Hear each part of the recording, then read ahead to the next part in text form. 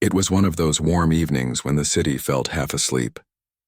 People were walking home from work, cars moved lazily down the main road, and a faint smell of roasted corn filled the air near the small grocery store on the corner. Inside, a woman in her late 30s walked through the aisles quietly. She wore a gray hoodie and a pair of jeans, her hair tied up neatly. She wasn't in uniform today. To everyone else, she looked like an ordinary shopper finishing her day. She picked up a few things: a carton of milk, a loaf of bread, and a small bag of apples. Her phone buzzed once, and she smiled faintly when she saw a message from her assistant, reminding her of an early morning meeting. She replied with a short, "Got it," before turning toward the counter. As she walked out, she nodded politely to the store owner, an older man who had seen her come in several times before. But today, he looked at her differently. Maybe it was her casual clothes, or maybe the unease that comes when people judge too fast. A few minutes after she left, he reached for the phone behind the counter. On the other end of the line, a police dispatcher answered. The man said someone suspicious had been hanging around his store and might be trying to steal something. He didn't have much to say beyond that, just that she didn't look right. A patrol car happened to be nearby. The radio crackled with the call, and Officer Blake, tired, impatient, and halfway through his shift, took it without thinking twice. He had been on the force for only 3 years. He liked to say he had a good eye for trouble, though most of that came from instinct, not understanding. He pulled his car near the grocery store just as the woman was walking down the sidewalk toward the parking lot. She didn't notice him at first. He got out quickly, his boots tapping against the pavement, his hand resting near his belt. "Hey, you there?" he called out. She turned, a bit startled. "Yes?" she said calmly.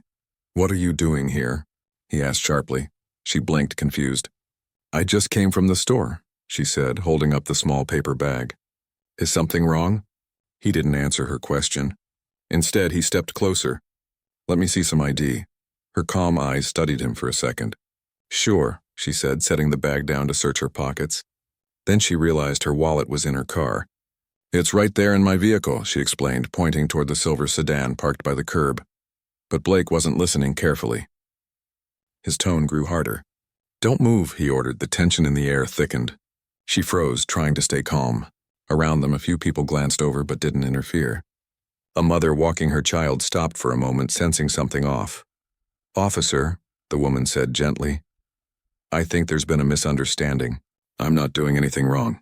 My ID's just inside the car." Blake cut her off. "I'll ask the questions here," he snapped. Her chest tightened, but she kept her voice steady. "All right," she said softly. "But please, let's not make this something it doesn't need to be." He radioed for backup, still suspicious. "Possible suspect outside Hill's Market," he said, glancing her up and down. The woman felt her throat dry. She had been through police stops before, but never like this. Never as the one being accused. She stood still, hands in plain view, her heart sinking. Not from fear, but from deep disappointment. She thought about revealing who she was right away, but something in her told her not to. She wanted to see how far he'd go, how quick he'd be to assume the worst without listening. Blake circled around her, asking again, "What's your name?" She answered quietly, "You'll find it on my ID." He sighed, frustrated by what he saw as attitude. To him, she wasn't cooperating fast enough. To her, he was refusing to see reason. Two worlds clashed right there on that small street corner. One of the bystanders, a teenager with a phone, started recording from a distance. He had seen too many moments like this turn ugly. He whispered to his friend, "Man, she's just standing there. Why's he being like that?" The officer's voice rose again. "Hands where I can see them." Her pulse quickened. She raised her hands slowly, not wanting to make sudden moves. "They've been right here," she said softly, but Blake wasn't hearing her tone. He was seeing only what his assumptions let him see. A woman standing near a store that had just called in a suspicious person. A hoodie, a quiet voice that didn't tremble. To him, it looked like defiance. He reached out, taking her by the arm. She flinched, not in anger, but in shock. "Officer, please," she said. "I'm not resisting." Her voice trembled now, but she stayed composed. She had been trained for high-stress situations, but it was different when the uniform wasn't on her. People nearby started murmuring. A man shouted from across the street, "Hey, she didn't do anything." Blake turned, shouting back, "Stay out of this." The woman closed her eyes briefly, taking a slow breath. She knew that no matter what she said, it wouldn't matter until someone else arrived. She decided to stop talking altogether. Minutes passed like hours. The backup car arrived and 2 more officers stepped out. One of them recognized her immediately. His eyes widened in disbelief. He whispered to his partner, "That's Chief Reed." "What?" the partner whispered back.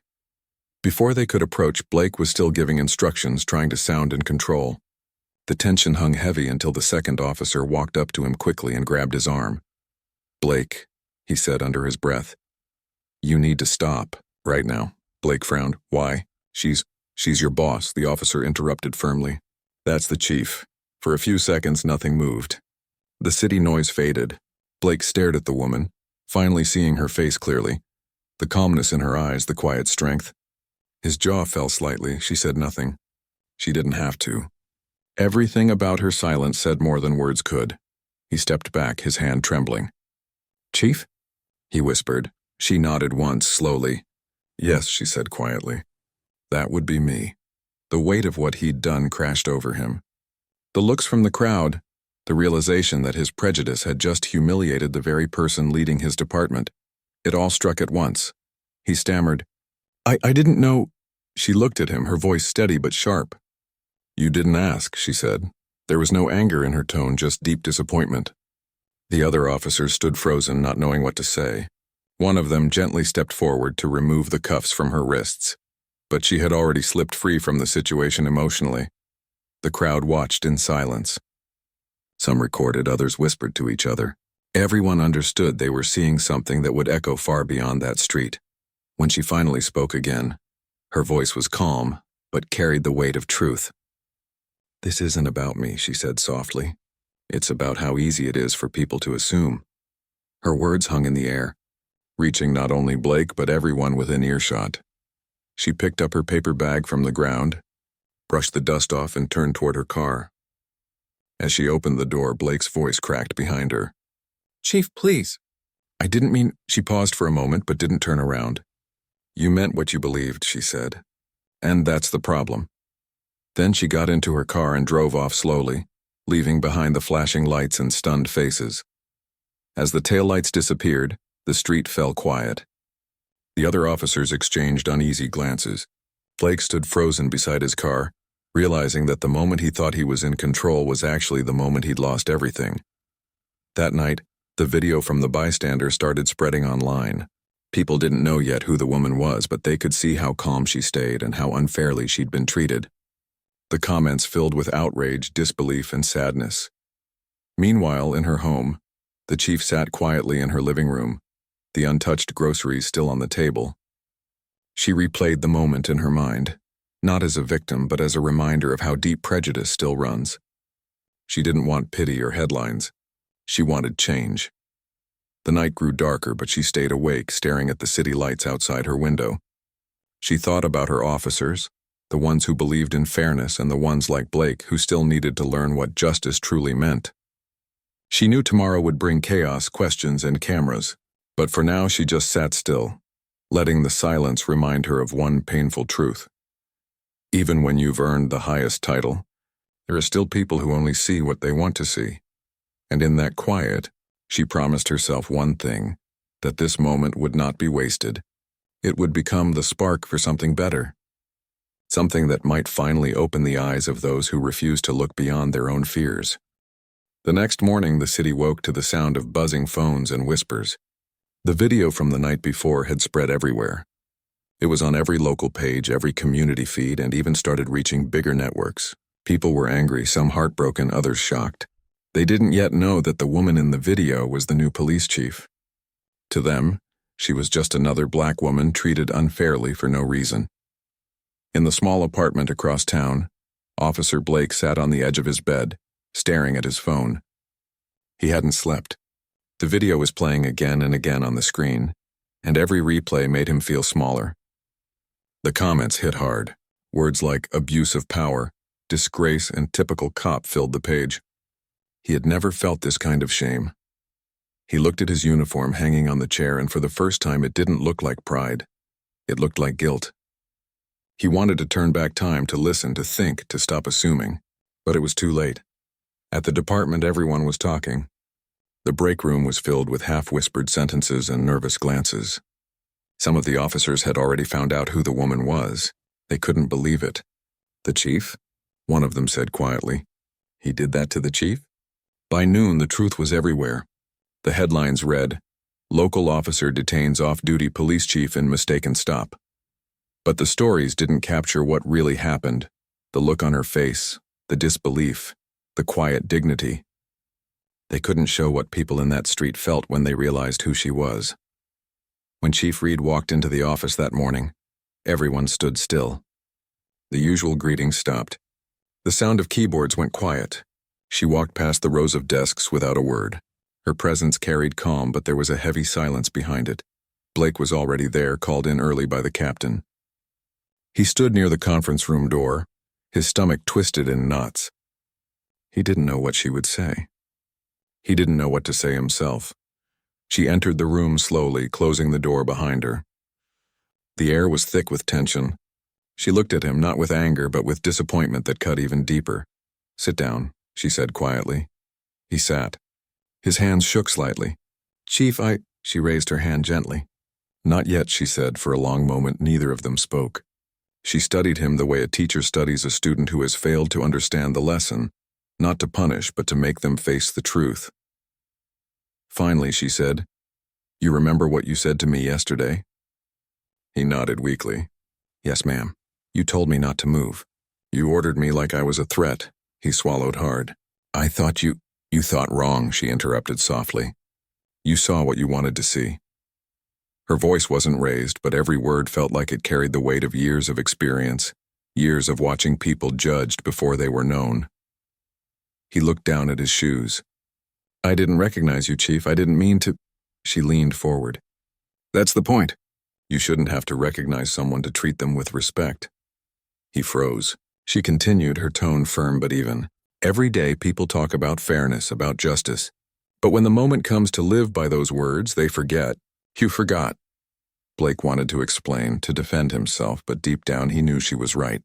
He had judged her without reason, acted without thought, and now the whole city had seen it. She sat back and sighed. "You know, I didn't sleep last night," she said quietly. "Not because of embarrassment, not even because of anger. I couldn't sleep because I realized how easy it was for you to see me as something I wasn't. And if you can do that to me, a fellow officer, what happens when it's someone without a badge? Someone without a title?" Her words sank deep into him. He couldn't meet her eyes. After a long silence, she said, "Do you know how many people reached out to me last night? The mayor, city officials, other departments. They all wanted to talk about what happened. But I didn't answer any of them. I wanted to talk to you first." He looked up slowly. "Why?" "Because this isn't just about you or me," she said. "It's about what's inside this badge. It's about what we see when we look at people. You have power, officer, but you don't understand it yet." He took a deep breath, his voice breaking. "Chief, I swear I didn't mean to hurt you or disrespect you. I reacted," she nodded, "and that's exactly what needs to change. You reacted to a story your mind made up about me. That's what prejudice looks like. It's quiet, it's fast, and it hides behind the word instinct." He sat there, his throat tight, unable to say anything more. For a while, the room was silent except for the hum of the air conditioner. Finally, she stood up and walked toward the window. The city stretched out before her, bright and restless. "I became chief because I wanted to change how we serve people," she said softly. "But change doesn't start with policies. It starts here." She tapped her chest lightly. "Inside each of us." He listened quietly, his eyes glassy. Then she turned back to him. "I'm not going to fire you," she said. He looked up, surprised. "But you are going to face this," she continued. "Not in a disciplinary report, but in the eyes of the community. You'll apologize publicly, and you'll attend every community meeting this department hosts from now on.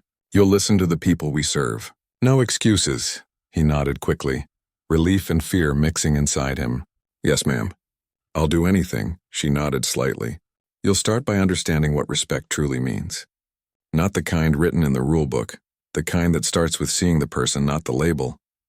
He took a shaky breath. "I understand." She gave him one last look. "I hope you do." When he left the room, he felt lighter and heavier at the same time. The hallway seemed longer, the faces of his fellow officers harder to meet. Some looked at him with sympathy, others with quiet judgment. As he walked to his car, he caught his reflection in the glass door. The uniform still looked the same, but he knew he wasn't. Something inside him had cracked open. Across town, Chief Reed stood by her office window, watching the city again. Her assistant knocked softly and entered. "Chief, the mayor's office wants a statement," she said. The chief nodded slowly. "Tell them I'll speak tomorrow."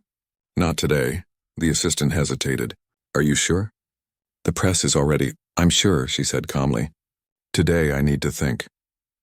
After her assistant left, she sat down, closing her eyes for a moment.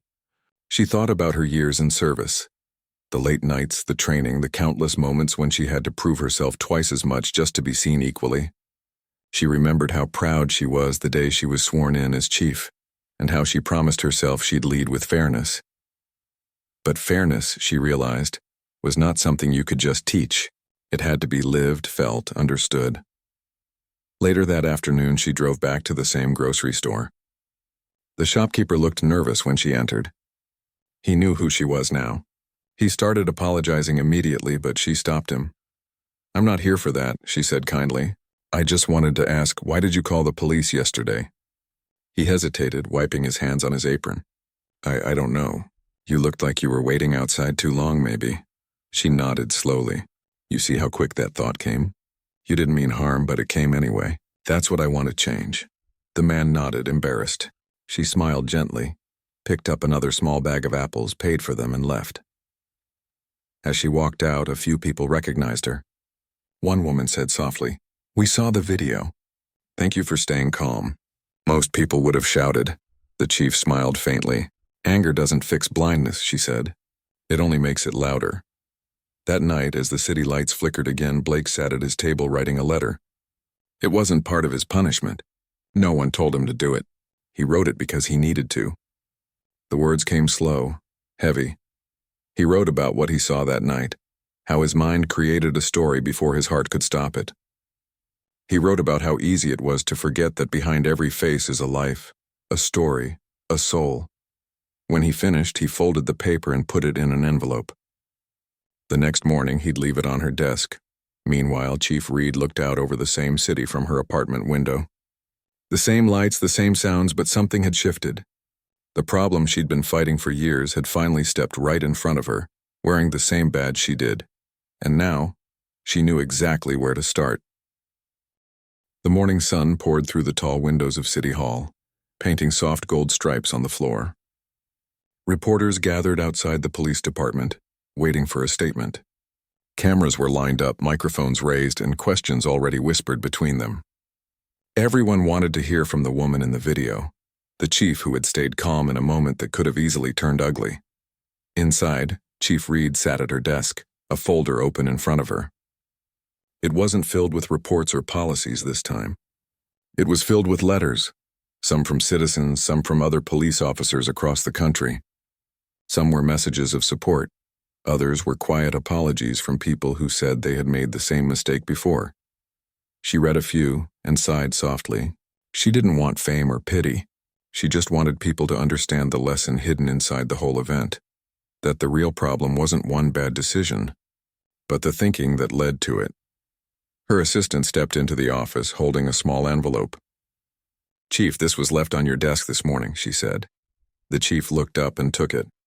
It had no name, just her title written in neat, careful handwriting. She opened it slowly. Inside was a letter written by hand. "Chief, I know an apology won't erase what happened, but I want you to know I've spent every hour since that night thinking about what I did and why I did it. I see now that what I called instinct was really prejudice I never questioned. I failed you and I failed the badge.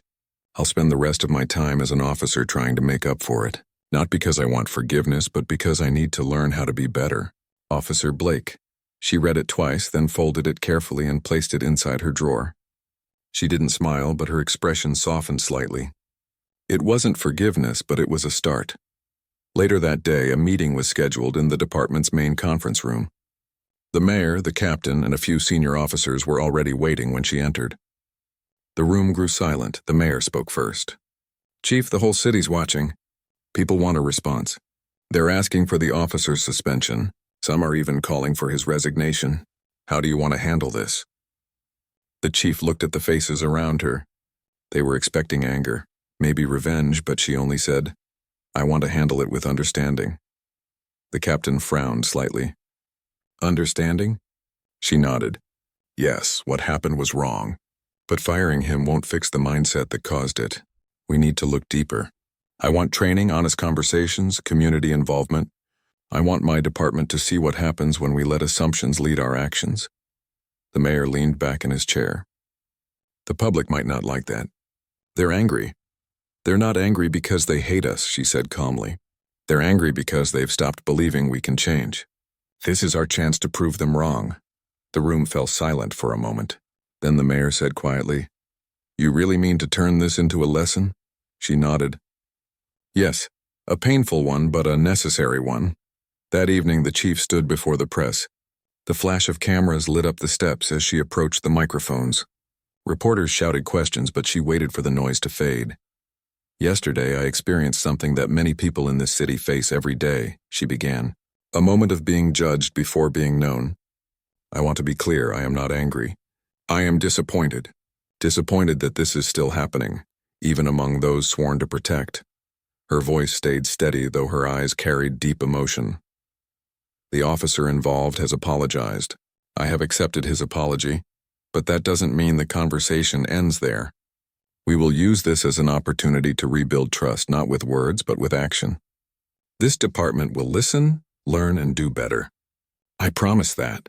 The reporters scribbled quickly, cameras flashing again. One of them called out, "Chief, will the officer be suspended?" She paused, then answered, "No, he will be reassigned for learning, not punishment. Sometimes, the hardest lessons come from facing the truth." Her words spread faster than the video had. Some people admired her grace. Others said she was being too forgiving, but she didn't care about opinions. She cared about change. That night, as she left the building, the air outside felt heavy but peaceful. She walked to her car where she saw someone waiting nearby. It was Blake. He wasn't in uniform, just standing quietly, hands in his pockets, eyes down. She stopped a few steps away. "You shouldn't be here right now," she said softly. "I know," he replied. "I just needed to see you in person." She sighed but didn't walk away. "You already wrote to me," he nodded. "I know, but I needed to say it out loud." The streetlights glowed dimly between them. For a moment neither spoke.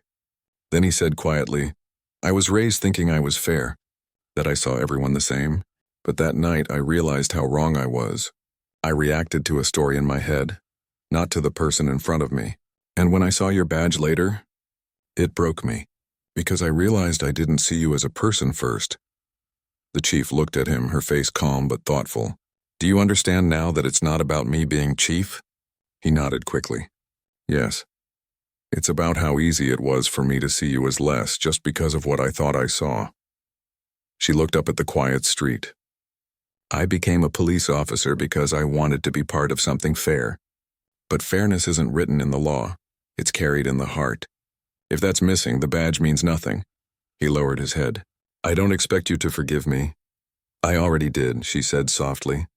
"But forgiveness doesn't erase the lesson. It just gives it meaning." He swallowed hard. "I'll make it right. However long it takes," she nodded once. "Then start by listening more than you speak." He nodded again, his eyes glistening. "I will." She turned toward her car, but before getting in, she said one last thing. "You'll have another chance, officer. Don't waste it." After she drove away, Blake stood there in silence, the cool night air wrapping around him like a reminder. He looked up at the dark sky and took a long breath. Something inside him had changed. It wasn't just guilt, it was awareness. The next morning, he reported back to the department. His new assignment was at the Community Outreach Center, a program that worked with neighborhoods struggling to trust the police. He wasn't sure what to expect, but he showed up early.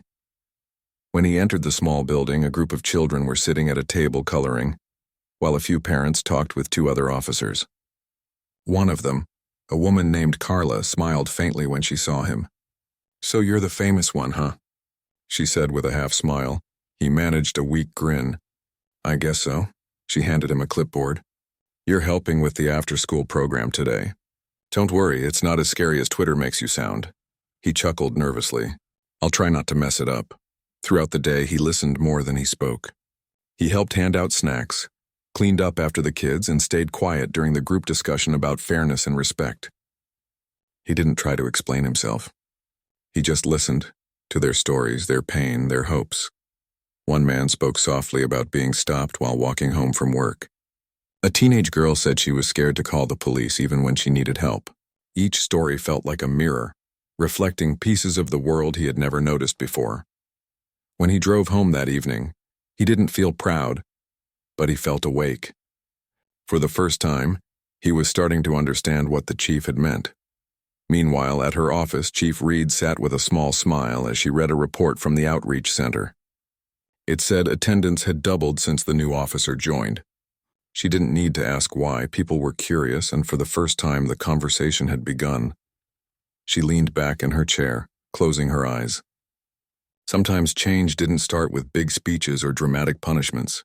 Sometimes it started with one mistake, one lesson, and one heart willing to face the truth.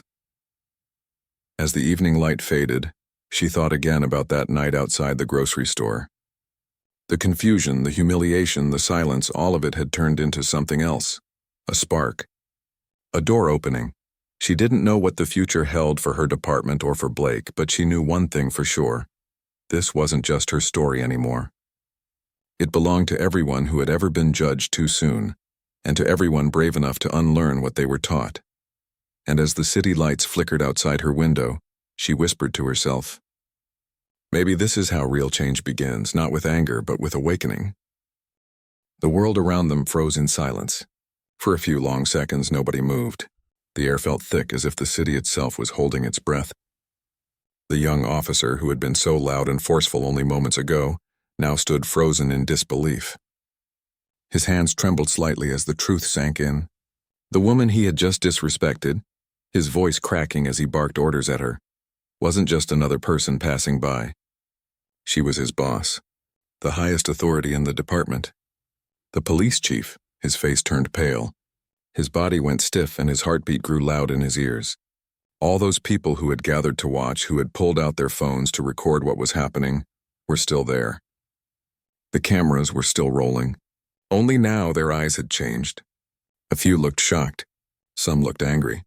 But most just stared at him with quiet disappointment. Chief Reed didn't say a word at first. She stood tall, her wrists still marked where the cuffs had been. Her calmness made the scene even heavier. She wasn't yelling and she wasn't crying. Her eyes, though, carried the kind of silence that spoke more than any words could. The sergeant who had rushed to the scene quickly stepped between them, whispering something to the young officer. But it was too late. The damage was done. Everyone had seen everything. I didn't know, the young officer stammered, his words barely finding their way out. I swear I didn't know. Chief Reed looked at him, her eyes steady but filled with sadness. You didn't have to know who I was to treat me right, she said softly. Her voice was low, calm, but it carried through the crowd like a quiet echo. Those words hit harder than any shouting ever could. The young man's head dropped. His knees felt weak. His mouth opened to explain, to defend himself, but no excuse seemed enough. His mind raced through all the training he had gone through, all the promises he made when he first put on the badge, to serve and protect. Yet standing there, he realized how far his actions had drifted from that promise. The crowd was completely silent now. Nobody dared to move. Even the passing cars slowed down, drivers turning their heads to see what was happening. For the first time in a long time, the young officer felt truly seen, not as a man in uniform, but as a man who had made a terrible mistake. The sergeant tried to say something, but Chief Reed raised her hand gently, asking him to stop. She took a deep breath and stepped closer to the officer. Her expression stayed calm. There was no anger in her eyes, only disappointment and something deeper, something almost like pity. Do you see what happened here? She asked quietly. You saw someone who looked a certain way and you made up your mind before you even knew the truth. Her words weren't shouted. They came out slowly, each one landing heavily on the young officer's conscience. He nodded, his throat tightening, unable to speak. You didn't ask questions. You didn't give me a chance, she continued. And that's not just about me. That's what happens every day to people who don't have this badge or this title to protect them. Her words weren't meant to destroy him, but to make him understand. And they did. He couldn't look her in the eye anymore. The realization cut through him deeper than any punishment could. He dropped to one knee, not because anyone told him to, but because his body couldn't bear the weight of the shame. The crowd gasped quietly. Some people put their phones down. The gesture wasn't about power or obedience. It was about remorse. He wanted to say sorry, but the words felt too small for what he had done. Chief Reed watched him for a moment, her face unreadable. Then she turned her eyes to the crowd, who were still watching silently. "This," she said softly, "is what happens when we forget that we're supposed to protect, not presume." The sergeant quickly took charge, asking people to give space. Some officers helped calm the scene, but nobody left. Everyone knew they had just witnessed something that would be talked about for a long time. When the chief finally spoke again, her tone had softened. "Get up," she said to the young officer. He slowly rose to his feet, eyes still down. "I'm sorry, Chief," he whispered. "I really am. I know," she said quietly. "But sorry only means something if you learn from it." She looked at him for another long moment before turning to her sergeant. "Take him back to the station. We'll talk there." The officer followed without a word. Every step he took felt heavy. The people around moved aside as he passed, not saying anything. Some looked at him with anger, some with pity, and a few with a kind of weary understanding, because they had seen this story play out before. Too many times. Chief Reed stood still for a moment, taking a deep breath. The evening air was cool now. She looked around at the faces in the crowd. Strangers, neighbors, ordinary people who had stopped to witness something ugly and true. She nodded politely at a few who had been brave enough to record, not out of disrespect, but out of the need for truth. Then she walked toward her car, quietly, with dignity. The cameras followed her, but she didn't hide. She didn't try to defend herself. She didn't need to. Back at the station, the atmosphere was heavy. News had already spread through the department. Some officers looked away when she passed by, ashamed by what had happened. Others looked at her with silent respect. She didn't demand explanations. She simply asked everyone to gather in the briefing room. When they were all there, she stood in front of them, not as a victim, but as a leader. "I don't want what happened today to be about embarrassment or punishment," she began. "I want it to be about learning." Her voice stayed calm, but every person in the room listened closely. "If it can happen to me," she continued, "it can happen to anyone, and that should make every single one of us stop and think." Nobody spoke. The officer who had been at the center of it all stood at the back, eyes lowered. He looked smaller somehow, stripped of the pride that once filled his posture. But there was something new in his expression, a quiet understanding of what needed to change. Chief Reed went on. "Our badge is supposed to stand for fairness, for protection, but that only means something when we live by it, not just wear it." Her eyes swept across the room. "We need to look at how we see people before we act. Because the moment we forget that, we lose the trust we're meant to protect." The officer at the back finally spoke up. His voice was low, shaky. "Chief, I failed that today, and I don't know how to make it right." She looked at him for a moment, then said, "You start by acknowledging it, then you work to make sure it never happens again." He nodded, and in that moment something shifted, not just in him, but in the room itself. The silence wasn't heavy anymore. It felt like a beginning.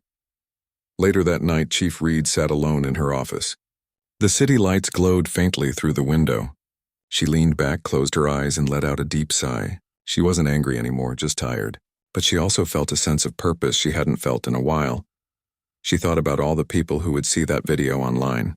She knew it would go viral. Some would praise her for how she handled it. Others would criticize, twist the story, argue endlessly. But she also knew that somewhere out there, maybe a young officer, or even just a regular person, would see it and think differently the next time they were about to judge someone by how they looked. And maybe that small change would grow into something bigger.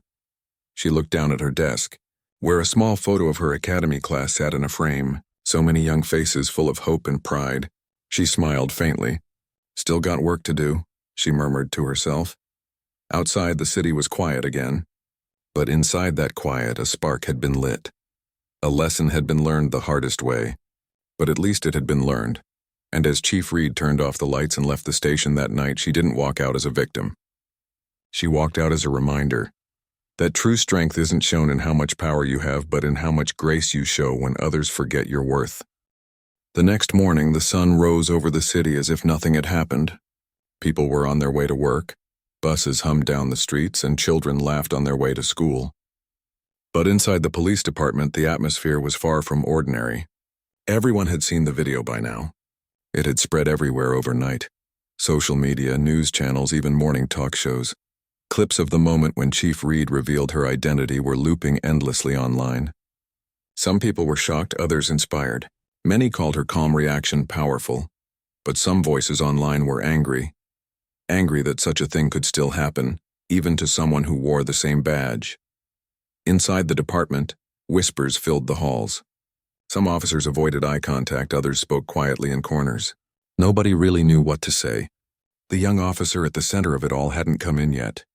When he finally walked through the doors, his face said it all. He looked exhausted, ashamed, and smaller somehow, like the weight of everything had pressed him down. As he passed through the hallway, no one stopped him. A few gave him quiet nods, others looked away. He didn't blame them. He could feel the judgment and the disappointment, and it hurt. But deep down, he knew he deserved it. He went straight to the chief's office. For a moment, he just stood outside the door, hand raised to knock, but frozen. What could he possibly say to her now? Sorry felt meaningless compared to what had happened. Finally, he took a deep breath and knocked softly. Come in, her calm voice called from inside. He opened the door and stepped in. Chief Reed was sitting behind her desk, reading a file. She looked up, her expression unreadable but not cold. Sit down, she said quietly. He nodded and took the seat across from her. For a moment, neither spoke. The silence felt thick but not hostile. It was the kind of silence that comes before an important truth. I'm not here to make excuses, he began, his voice trembling. I've been thinking all night. About what I did, about what it means. He swallowed hard. I let everything we stand for fall apart in a few minutes. And I can't take that back. Chief Reed didn't interrupt. She just listened, her hands folded on the desk. I kept replaying it in my head. He went on. If it wasn't you, if it was just another person, I would have done the same thing. And that's the part that's eating me up, because it means I've been walking around thinking I'm doing my job right when I wasn't. His voice cracked slightly, but he pushed through.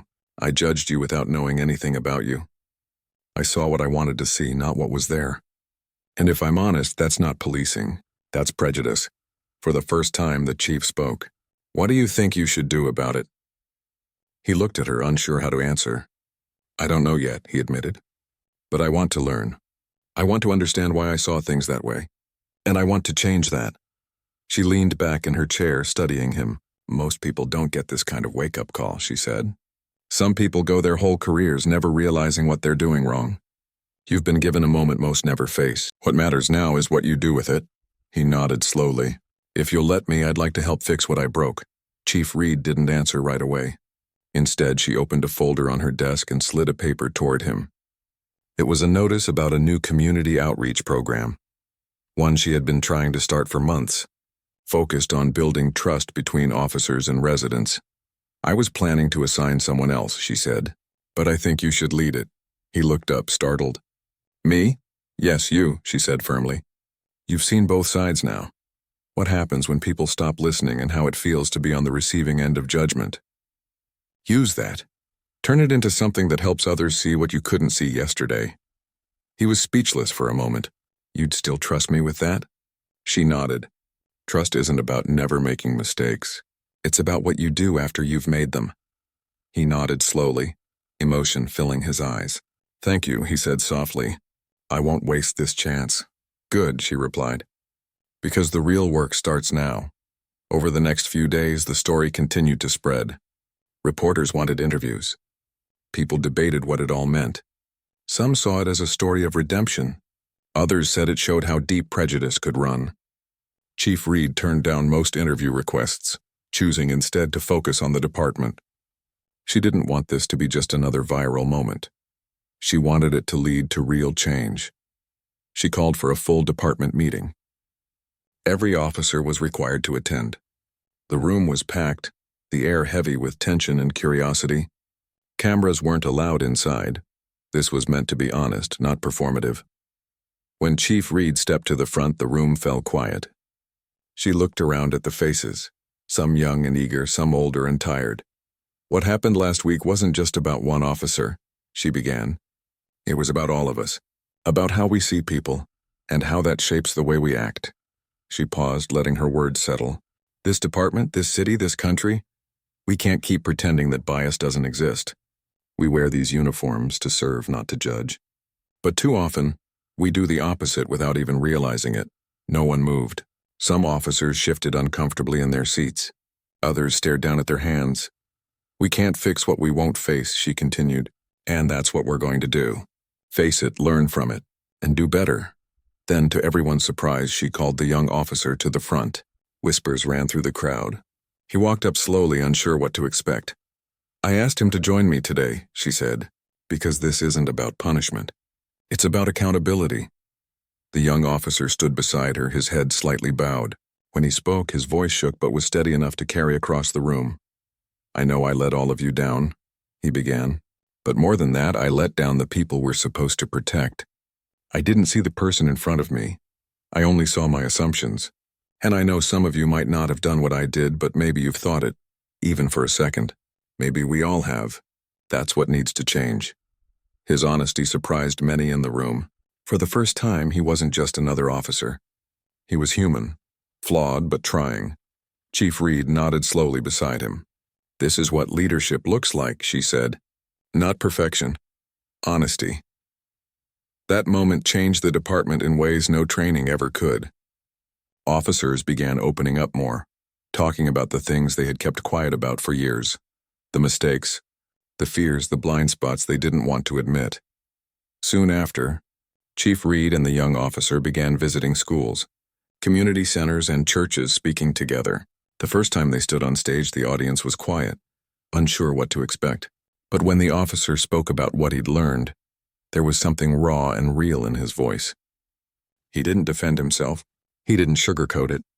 He spoke about what it meant to truly see people, and how easy it was to forget that behind every face was a story. Chief Reed would then speak about forgiveness, not as something easy, but as something powerful.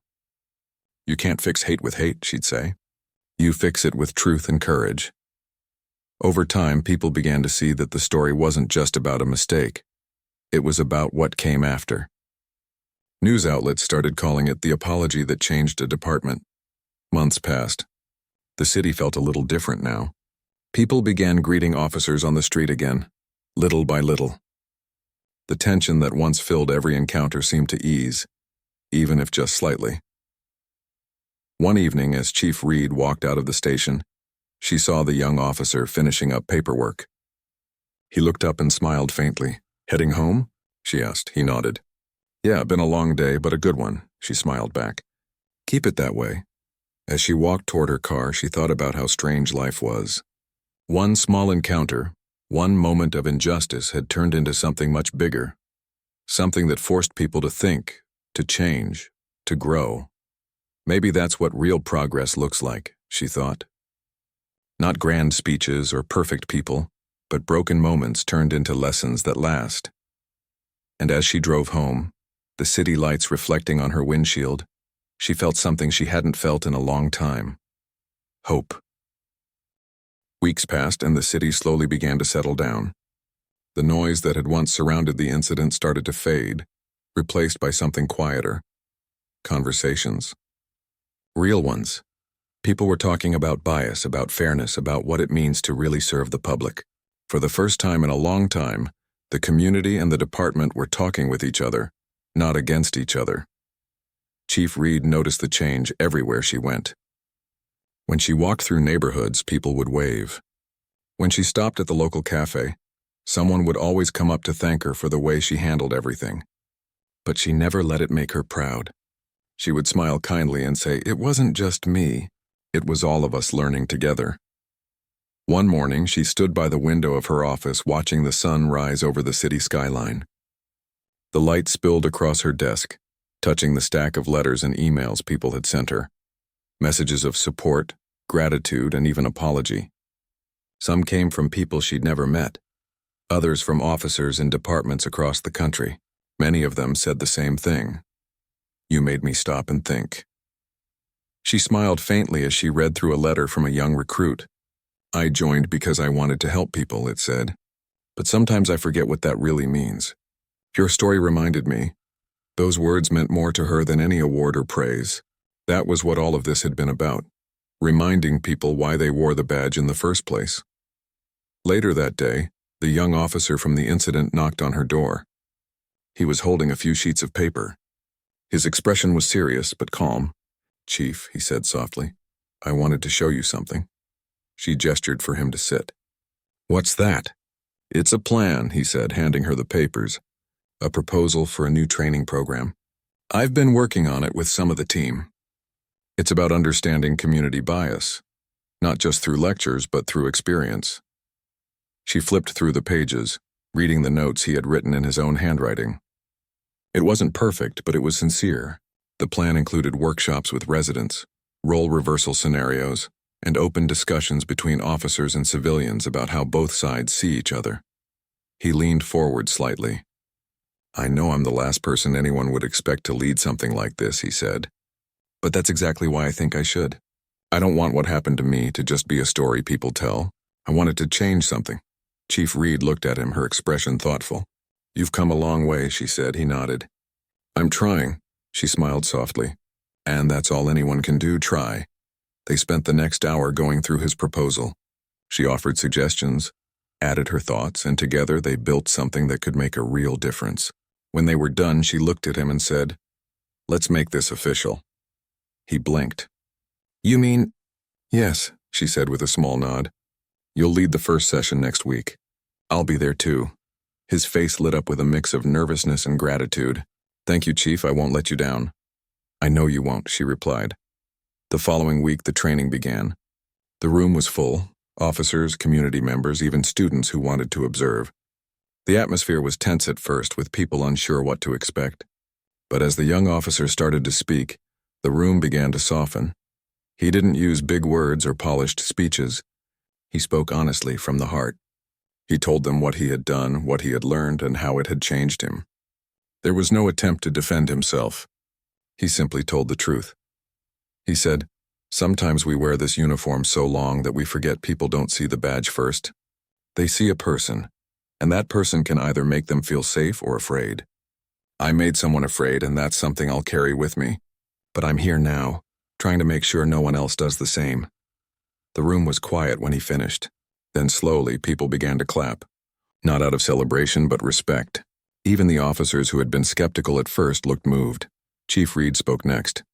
She talked about forgiveness, about second chances, and about how real change never happens from pride or anger. It happens from honesty. "We can't fix the world overnight," she said, "but we can fix how we see it. One person at a time." That session became the first of many. News of the program spread quickly, and soon other departments were reaching out asking if they could adopt the same approach. What had started as one painful mistake was slowly turning into a model for rebuilding trust. Months went by, and the bond between the community and the department grew stronger. Chief Reed often attended neighborhood meetings, not in uniform, but in plain clothes. People opened up to her in ways they never had before. They shared their fears, their frustrations, and even their hopes. She listened, really listened, and that made all the difference. The young officer was there too, every step of the way. He worked harder than anyone, volunteering for extra hours, mentoring younger recruits, and helping design new outreach programs. He didn't do it to prove himself. He did it because he finally understood what the badge meant. One afternoon, after a long community workshop, he and the chief sat outside on the station steps, sipping coffee. The sun was beginning to set, painting the sky in shades of gold and orange. "You ever think about how strange this all is?" he asked quietly. She smiled. "What do you mean?" "If you'd told me a few months ago that I'd be sitting here talking about empathy and awareness, I would have laughed," he said with a small grin. "But now, it feels right. Like it's what I was supposed to learn all along." She nodded slowly. "Sometimes life teaches us through pain. The lessons that hurt the most are the ones we remember the longest." He looked out at the street. Kids were riding bikes, a group of neighbors were chatting, and the air was filled with the sound of everyday life. "I'm just glad you gave me a chance," he said. She turned to him. "You gave yourself the chance," she said gently. "I just made sure you didn't waste it." They sat in silence for a moment, watching the last bit of sunlight fade away. It wasn't a dramatic ending, no big speeches, no applause. Just peace. Weeks later, the city held a community event to honor the police department's efforts toward reform. Families gathered in the park, music played, and people smiled. Something that had felt rare not long ago. When Chief Reed and the young officer took the stage, the crowd quieted. The mayor handed them an award for their work in rebuilding trust. But when it was her turn to speak, she waved the paper gently and said, "This belongs to everyone here, every person who decided to talk instead of judge, listen instead of shout, and learn instead of fear." The audience clapped warmly. Then, stepping up to the microphone, the young officer said just one thing. "We can't change what we did yesterday, but we can decide who we'll be tomorrow." The crowd erupted in applause. But for both of them, the applause wasn't what mattered. What mattered was the change they could feel. Real, honest, human change. As the evening went on, people came up to shake their hands, to thank them, to share their own stories. The officer's heart felt lighter than it had in a long time. He finally understood what Chief Reed had meant, that the true weight of a badge isn't power, it's responsibility.